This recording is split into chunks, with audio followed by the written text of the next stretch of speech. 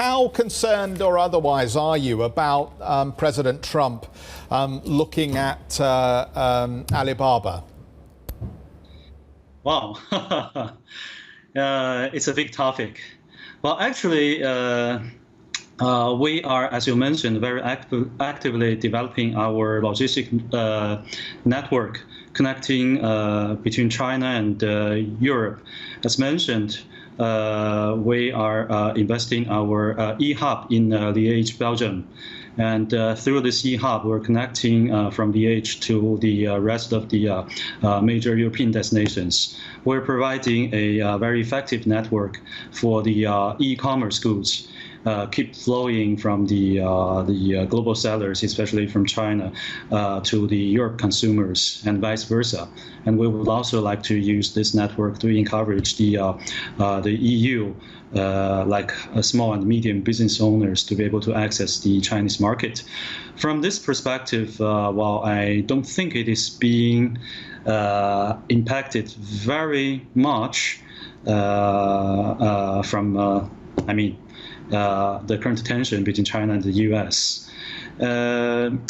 So personally, while I'm not quite sure if I'm going to speak this on behalf of Alibaba, but personally, I think the business will still go on, and we will keep investing, in Europe, and keep, completing what we are already doing over there, and we have full confidence in regarding of the both the e-commerce as well as the logistic connecting between China and Europe. I mean, what's clear is that Chinese companies seem to be getting a warmer welcome at the moment in Europe than they are in the United States. Are you concerned at all that that may shift if we continue to see a very hard line taken in Beijing towards critics of restricted market access in China?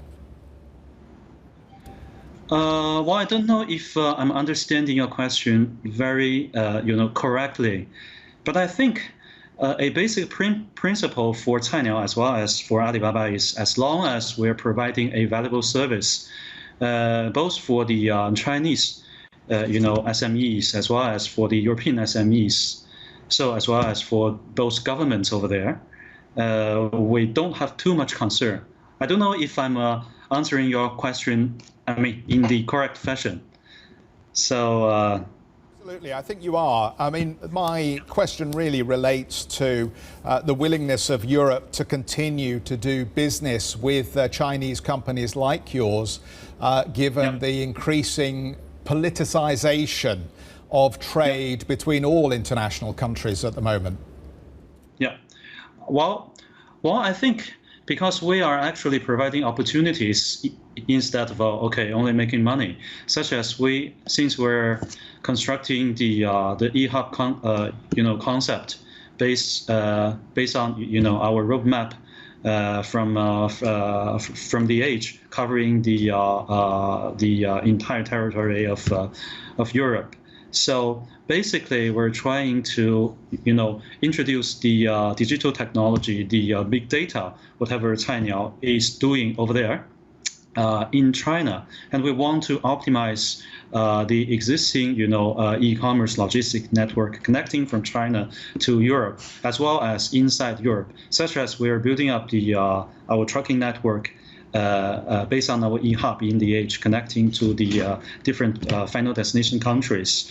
By doing so, we are using our data because we know how many shipments, how many goods are actually flowing from China into Europe. We have a very intact,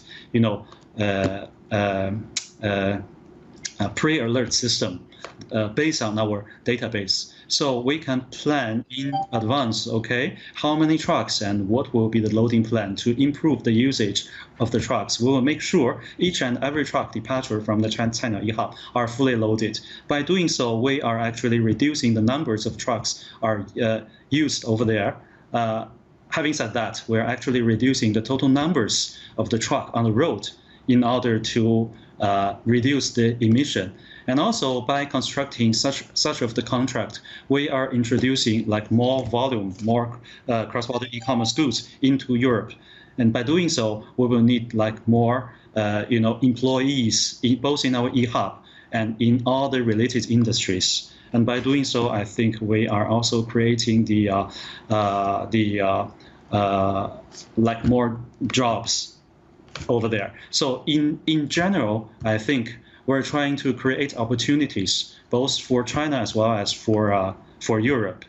And in that case, I think as long as we're still creating this opportunity and we are helping the local economy as well as the environment, I don't have too much concern about the current status.